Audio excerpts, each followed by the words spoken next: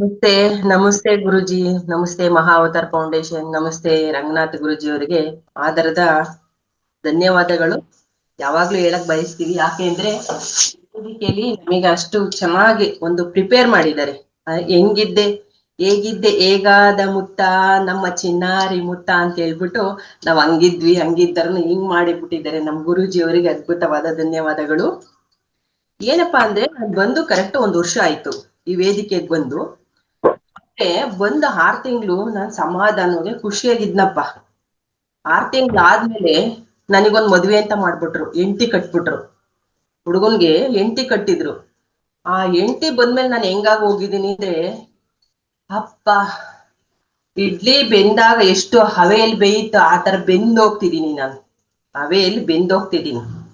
ದೋಸೆ ಹಾಕಿದಾಗ ಯಾವ ರೀತಿ ಸಿಹಿ ಇತ್ತು ಆ ರೀತಿ ಸಿಹಿ ಸಾಕ್ಬಿಟ್ಟಿದ್ದಾಳೆ ನನ್ನ ಹೆಂಡತಿ ಅಂತೂ. ಸಾಕಾಗಿ ಹೋಗ್ಬಿಟ್ಟಿದೆ. ಈ 1 ವರ್ಷದ ಜೀವನ 6 ತಿಂಗಳಷ್ಟೇನೆ ನಾನು ಖುಷಿಯಾಗಿರೋದು. ಇನ್ನು 6 ತಿಂಗಳಲ್ಲಂತೂ ಬೆಂದು ಸೀದು ಈ ಲೆಕ್ಕಕ್ಕೆ ಬಂದಿದ್ದೀನಿ ನೋಡಿ. ಸೀದೋಗಿರೋ ಮುಖ ಹೆಂಗಿದೆ ನೋಡಿ. ಇದು ನನ್ನ ಹೆಂಡತಿ ಕೊಟ್ಟಿರೋ ಕಾಟ. ಇದು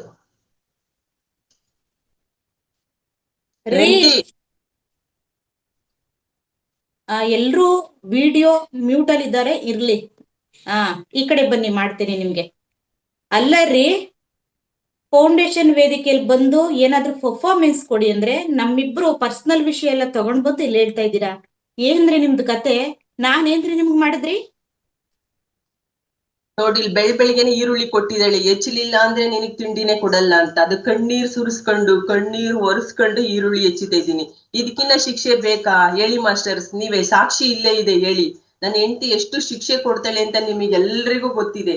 ನಾನ್ ಬೆಳಗ್ಗೆ ಎದ್ರೆ ಸಾಕು, ಈರುಳ್ಳಿ ಹಿಡ್ಕೋಬೇಕು, ಚಾಕ್ ಹಿಡ್ಕೋಬೇಕು, ಕಣ್ಣಲ್ಲಿ ನೀರ್ ಸುರಿಸ್ಬೇಕು. ಅದು ಕೂಡ ಕಣ್ಣಿಗೆ ನನಗೆ ಆಪರೇಷನ್ ಆಗಿದೆ, ಆದ್ರೂ ಕೂಡ ಅವಳಿಗೆ ಕನಿಕರ ಇಲ್ಲ. ಹೇಳಿ ಮಾಸ್ಟರ್ಸ್, ಹೇಳಿ. ನನ್ನ ಈ ಗೋಳನ್ನು ಯಾರು ಕೇಳ್ತಾರೆ ಹೇಳಿ ನೀವೇ. ಸುರ ಸುಂದರಾಂಗ. ನಿಮ್ ಮಾಸ್ಟರ್ಸ್ ಕೇಳೋದಕ್ಕೆ ಮೀಟಿಂಗ್ ಲಾಕ್ ಮಾಡಿದ್ದೀನಿ. ಅವ್ರಿಗೇನು ಕೇಳಿಸೋದು ಇಲ್ಲ, ನೋಡೋದು ಇಲ್ಲ. ಅಲ್ಲ, ನನಗೆ ಎಷ್ಟು ನನ್ ಬುದ್ಧಿ ಹೇಳಿದ್ರು ಮಾಡೋದೇ ಮಾಡ್ತಿರಲ್ಲ. ಶರ್ಟ್ ಏನ್ರಿ ಆ ಶರ್ಟ್ ಹಾಕೊಂಡ್ ಬಂದಿದ್ದೀರಾ? ದುಡ್ಡು ಎಲ್ಲಿತ್ರಿ ಅಷ್ಟ್ ಚೆನ್ನಾಗಿರೋ ಶರ್ಟು? ಅವಾಗ ಕೈ ಕಾಸಿಗೆ ಅಂತ ಕೊಡ್ತಿದ್ದಲ್ಲ ನೀನು, ಅದನ್ನ ಕೂಡಿಟ್ಬಿಟ್ಟು ಈ ಶರ್ಟ್ ತಗೊಂಡಿರೋದು ಹೌದಾ? ನಿನಗಂತೂ. ನಾನ್ ಕೊಡೋದ್ರಲ್ಲಿ ತಗೊಂಡ್ರ?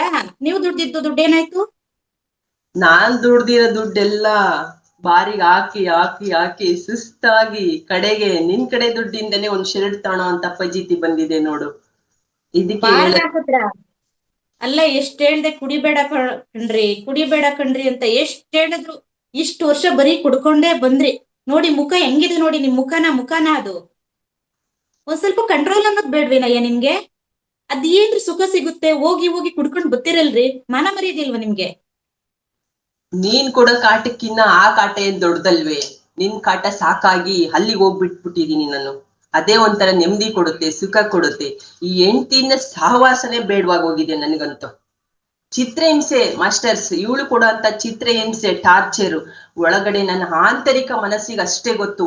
ಈ ದೇಹಕ್ಕೆ ಇದಕ್ಕೆ ಏನು ಗೊತ್ತಿಲ್ಲ ಮಾಸ್ಟರ್ಸ್. ಭಗವಂತ. ಸಾಕ್ ನಿನ್ಸ್ರಿ, ಈಗೆಲ್ಲ ಮಾತಾಡ್ಬೇಡ್ರಿ. ಒಂದು ಹೆಣ್ಣು ಏನಾದ್ರೂ ಕಾಳಜಿ ವಹಿಸಿ ಇಷ್ಟೆಲ್ಲ ಹೇಳ್ತಾಳೆ ಅಂತಂದ್ರೆ ಏನಕ್ಕೆ ಅಂತ ತಿಳ್ಕೊಂಡಿದ್ದೀರಾ ನೀವು?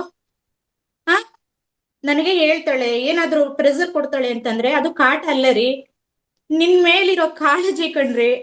ಯಾಕ್ರಿ ನನ್ನ ಅರ್ಥನೇ ಮಾಡ್ಕೊಳ್ದೆ ಹೋದ್ರಲ್ರಿ? ನನ್ ಗಂಡ ಚೆನ್ನಾಗಿರ್ಲಿ, ಆರೋಗ್ಯವಾಗಿರ್ಲಿ ಅಂತ ಸದಾ ಕಾಲ ಭಗವಂತನ್ ನೆನಿತೀನಿ, ಧ್ಯಾನ ಮಾಡ್ತೀನಿ. ಆದ್ರೂ ಕೂಡ ನನ್ನನ್ನು ಅರ್ಥ ಮಾಡ್ಕೊಳ್ದೆ ಮಿಸ್ಅಂಡರ್ಸ್ಟ್ಯಾಂಡಿಂಗ್ ಮಾಡ್ಕೊಂಡು ಕುಡಿಯಕ್ ಹೋಗ್ತಿರಲ್ರಿ. ಏನ್ರಿ ಸಿಗುತ್ತೆ ನಿಮ್ಗೆ ಕುಡಿಯೋದ್ರಿಂದ ನಿಮ್ ಜನ್ಮಕ್ಕೆ? ಅಯ್ಯೋ ಬಂಗಾರ, ಇದು ನಿಜ ಅನ್ಕಂಡ? ನಾನ್ ಕಾಮಿಡಿ ಮಾಡಿದ್ದು. ನನ್ನ ಹೆಂಡತಿ ದೇವತೆ.